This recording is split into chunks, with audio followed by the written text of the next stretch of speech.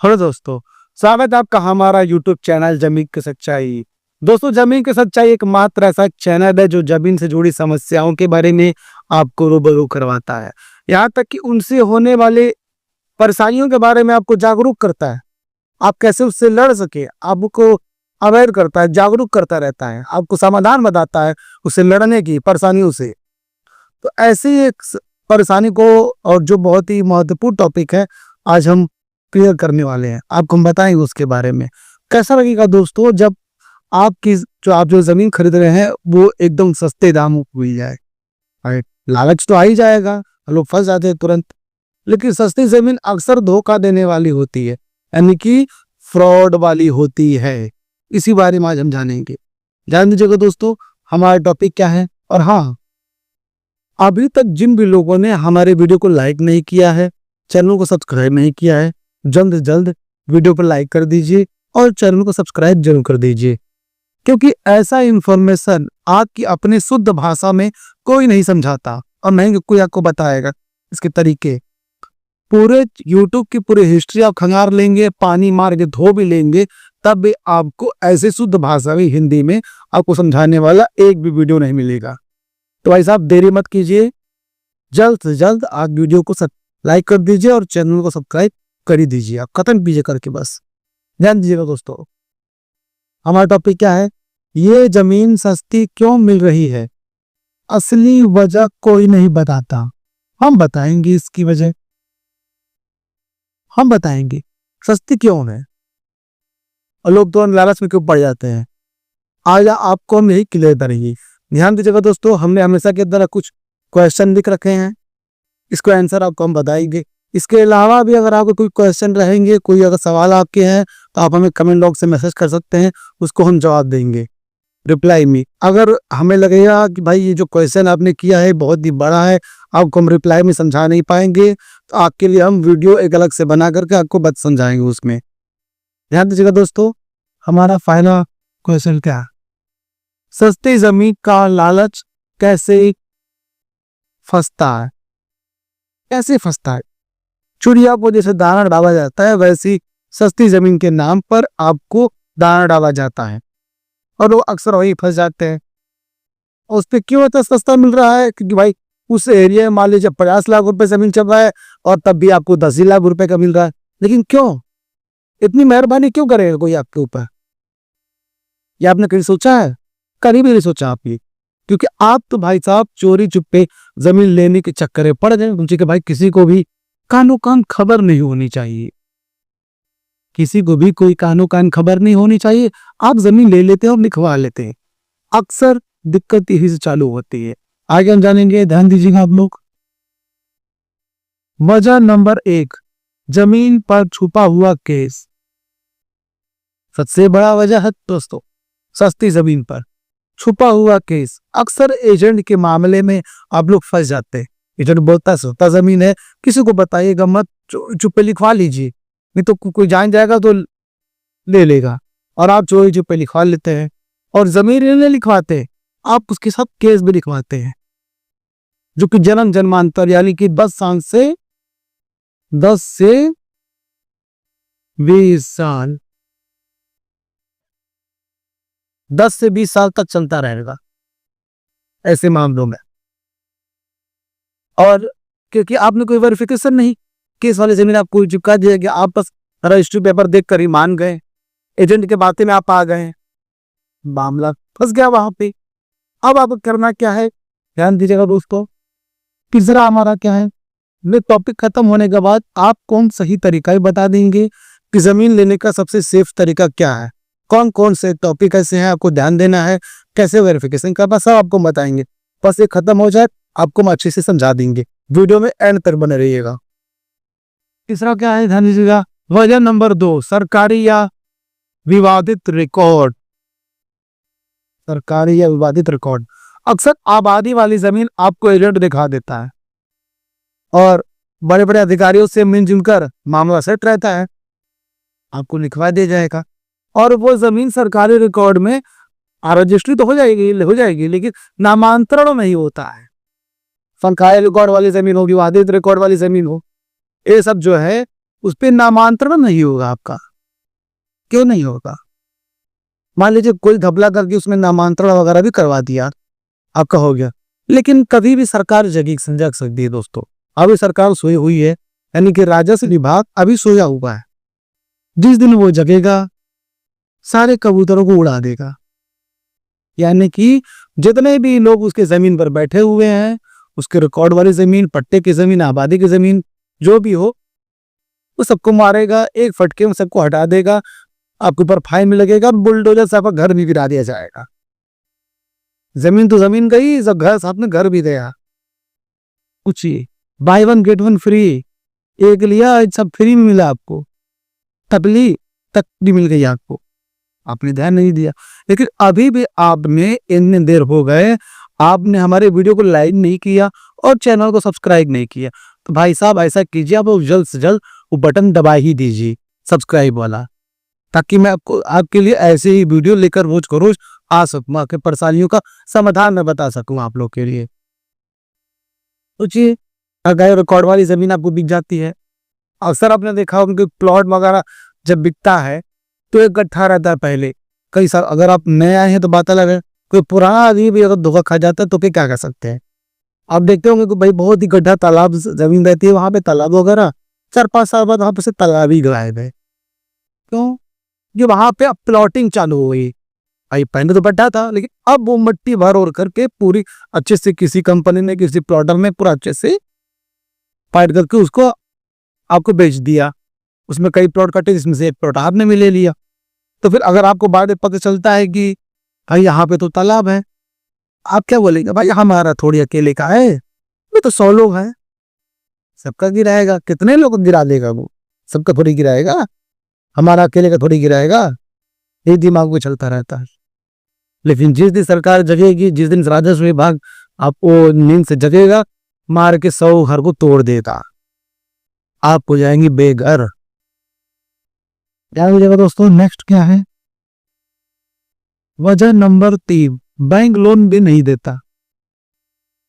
Bank अगर आपको कोई जमीन लेनी है, आप मान लीजिए उसके कोई रिकॉर्ड वगैरह ले लेते हैं, आप सारे डॉक्यूमेंट्स वगैरह, आप जाते हैं बैंक में लोन पास करवाने के लिए, ताकि लोन पास हो जाए तो हम जो हमारे जो बहुत ही खूबसूरत जमीन है, क्या पसंद है, और जमीन ले पाए बैंक के लोन के द्वारा।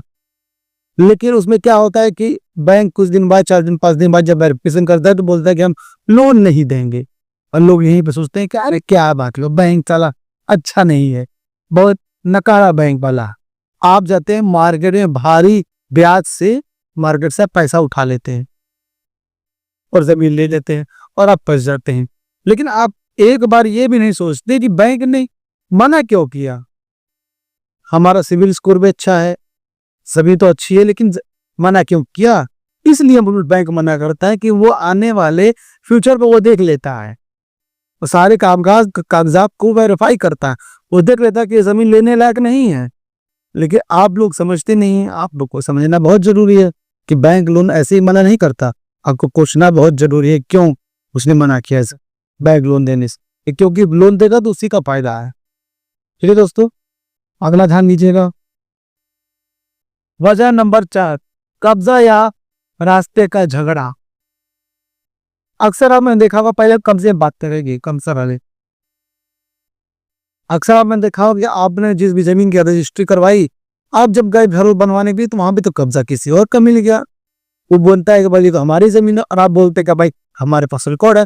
वो लाठी और डंडा लेके खड़ा हो जाता है, बोलता है कि भाई साहब कागजात तुम्हारे पास है लेकिन कब्जा हमारा है। इस सब करना क्या है? आपको तुरंत एक वकील हायर करना, और उससे पहले वकील हायर करने से पहले आपको करना यह है कि वहां पे पुलिस का सहायता लेना है। लेकिन आप कानूनी सहायता जब मिलेंगे तो आपको लग जाएगा टाइम ही। सोचिए, ये हो गया कब्जा। आप रजिस्ट्री तो करा ली, लेकिन कब्जा आपने पहले नहीं लिया था। पूछिए, आप फंस गए आप।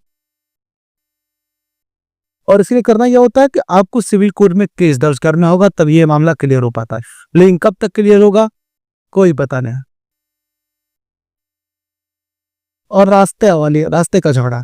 मान लीजिए आपने कोई जमीन खरीदी, आपने 2 फीट छोड़ा, रास्ते के लिए की तरह छोड़ा, हो जाएगा। और सामने वाले ने 2 फीट छोड़ना चाहिए था, उसने पूरा घेर लिया। और उधर बाइक भी है, बाइक की अब उसके लिए झगड़ा चालू, परेशानी चालू। क्योंकि आपने जो जमीन खरीदी उस जमीन पे कितना रास्ता है, कितने चौड़े रास्ते आपने ध्यान नहीं दिया, बस आपने जमीन खरीदी। और यह मामला झगड़े का बहुत ही बुरा होता है दोस्त।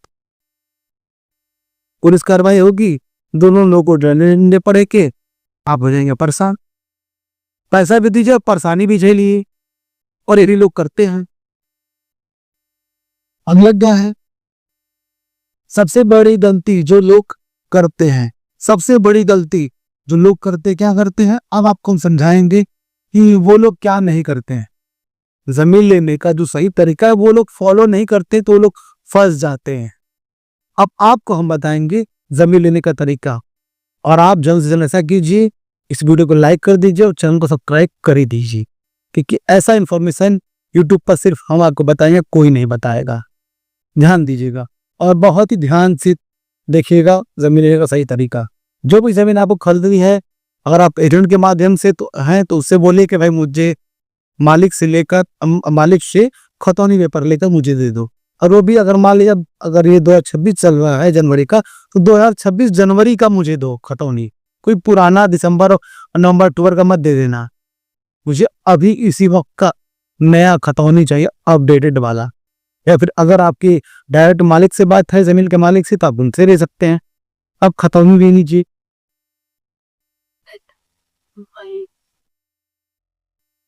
सबसे बड़ा काम पहले खतौनी आपको लेना है, उसके बाद आपको सीधा जाना है कचहरी। किसके पास? वकील के पास। कोई भी अहिरो गैरो वकील के पास नहीं चले जाना है। आपके अगल बगल जो घर में करके बगल में फिर पड़ोस में जो वकील रहते हैं उनके पास नहीं चले जाना है, उनसे नहीं बात करना है, उन्हीं से बात करना है। आप कचहरी में इसलिए बोल रहा हूं क्योंकि वहां पे आपको ऑप्शन ज्यादा मिलेंगे वकील लोग के। और वहां पे उन्हें वकील से बात करना है। आप पता कीजिए, वेरीफाई कीजिए कि इनमें कौन से ऐसे वकील हैं जिनका प्रोफेशन क्या है। आप उनसे पूछे कि आपका प्रोफेशन क्या है, क्योंकि वैसे ही वकील से बात करनी है जो कि जमीनी मामला देखता हो, जमीनी काम करता हो, जमीन के ही उसके वर्क करता हो। और उस वकील को देने हैं पैसे, कितने देने हैं? 500 से 1000 होता है। 500 से 1000 रुपए आपको देने हैं। क्यों देना है? क्योंकि आपने जो खतौनी दिया है उसका आपको मुआयना करना है। मुआयना करा लीजिएगा इस खतौनी का। वो मुआयने में क्या करता है? सब चीज चेक करेगा, उस पर कोई केस तो नहीं है, कोई बंटवारा तो नहीं है, कोई मौखिक दिक्कत तो नहीं है, कोई बंटवारा को नहीं है, कोई अपील है, कोई जमीन कैसी है, किसके नाम पर है, कोई विरासत है कि उसकी पूरी हिस्ट्री वो देख लेगा, पूरी हिस्ट्री खंगार लेगा वो कि एक्चुअल में दिक्कत है क्या, परेशानी है क्या, सब वो खंगार लेगा। अगर वो जमीन सेफ रहेगा तो आपको बताएगा, सेफ नहीं रहेगा तो आपको बता देगा भाई साहब ये दिक्कत है, अब आपके ऊपर जमीन लेना है कि नहीं। आप दिक्कत का नाम सुनते ही अपने कदम पीछे ले सकते हैं। आपको जमीन के बारे में भूल जाना है। वो वकील बोलता है कोई दिक्कत नहीं है, वो अगला कदम ध्यान दीजिएगा। और मुआयना कब तक कराना है? 20 साल का। 20 साल तकरीबन 2 फसली। 20 साल तकरीबन 2 फसली तक आ ही जाएगा। वो पूरा वो हिस्ट्री चेक करवा लेना है उसे, हिस्ट्री पूरी इतिहास उसका देख लेना है। अगर मान लीजिए वो मामला सही है तो आपको सीधा आना है उस जमीन के प्लॉट पे, जो जमीन आप खरीदना चाहते हैं। ये जमीन आपको खरीदना है, ध्यान दीजिएगा, पूरा स्टेप बाय स्टेप आप फॉलो कीजिएगा, ध्यान दीजिए। इस जमीन पर आना है, अब आपको बुलाना है उस एजेंट को, कहना है कि भाई साहब आप सीधा उस मालिक को बुला दीजिए क्योंकि मुझे अब कब्जा लेना है जमीन पर। क्या लेना है? कब्जा लेना है। या फिर अगर आपका डायरेक्ट मालिक से बात है तो उनसे बोल दीजिए, लेकिन अभी भी आपको 1 रुपये देना नहीं, एडवांस के रूप में 10-20 हजार रुपया दे सकते हैं जब भी आपको लगे ऐसा लगे। तो यहाँ में क्या लेना है? कब्जा। कब्जे का मतलब ये नहीं कि आपको खड़े हो जाएंगे और बोल दीजिए भाई साहब ये मेरी जमीन हो गई। आपने माइक को लिया, डिब लगाया और बोल दिया माइक में, आप बोल दिए कि भाई ये जमीन मेरी है, कोई नहीं इस पे हाथ लगाएगा, ऐसा नहीं करना है। आपको महाना है ईंट, ईंट से आप चारों तरफा पूरी बाउंड्री लीजिए। इस जमीन की पक्की बाउंड्री लीजिए। जितने आपको हाइट बेहतर लगे उतने हाइट बेहतर कीजिए, पक्की चौतरफी बाउंड्री दीजिए। मैं क्यों बोल रहा हूँ, इतना आपको कब्जा मिल जाएगा। जमीन का कब्जा बहुत जरूरी है रजिस्ट्री से पहले। कब्जा लेने के वक्त अगर किसी कोई आपत्ति रहेगी, कई मामलों में ऐसा देखा गया है कि अगर आप कब्जा कोई जमीन का ले रहे हैं तो जो आपत्ति, जो मामले, जो कोई दिक्कत किसी को अगर है, वो कागज में नहीं होती है, वो जमीनी मौके पे होती है। तो उस वक्त आपको पता चल जाएगा भाई साहब ये भी दिक्कत है, आपको कदम पीछे ले लेने हैं। अगर कोई दिक्कत नहीं है तो बहुत अच्छा है, हाँ बहुत अच्छा है भाई। अब वहां से क्या करना है, आपको आना है बैंक। बैंक क्यों आना है बताता हूँ मैं आपको। आपको पैसे ट्रांसफर करने हैं। अब कैश पैसा नहीं देना है, कैश वाली बात भूल जाइए, क्योंकि कैश का कोई भी रिकॉर्ड नहीं होता है। ऑनलाइन सॉरी बैंक के थ्रू हम जो पैसे भेजेंगे उसी का रिकॉर्ड होता है आपके हित में। तो आपको बैंक से करना है, आपको आरटीजीएस करना है। आपको आरटीजीएस ही क्यों करना है ध्यान लीजिएगा। अगर आप जब भी कोई यूपीआई पेमेंट करते हैं किसी को भी, तो आप पहले पेमेंट डालते हैं और किस लिए आप पेमेंट कर रहे हैं वो नीचे लिखते हैं आप नोटपैड। उससे वैसा ही आप आरटीजीएस में लिख सकते हैं आपने किस कार्य के लिए उस पेमेंट को आपने ट्रांसफर किया है। आरटीजीएस में आप लिख सकते हैं कि जमीन लेने हेतु, जमीन लेने के लिए, क्योंकि वो रिकॉर्ड में रहेगा। अगर आपको एजेंट को पैसे देने तो सेम वही काम कीजिए आरटीजीएस। उसके बाद आपको आना है रजिस्ट्री के लिए।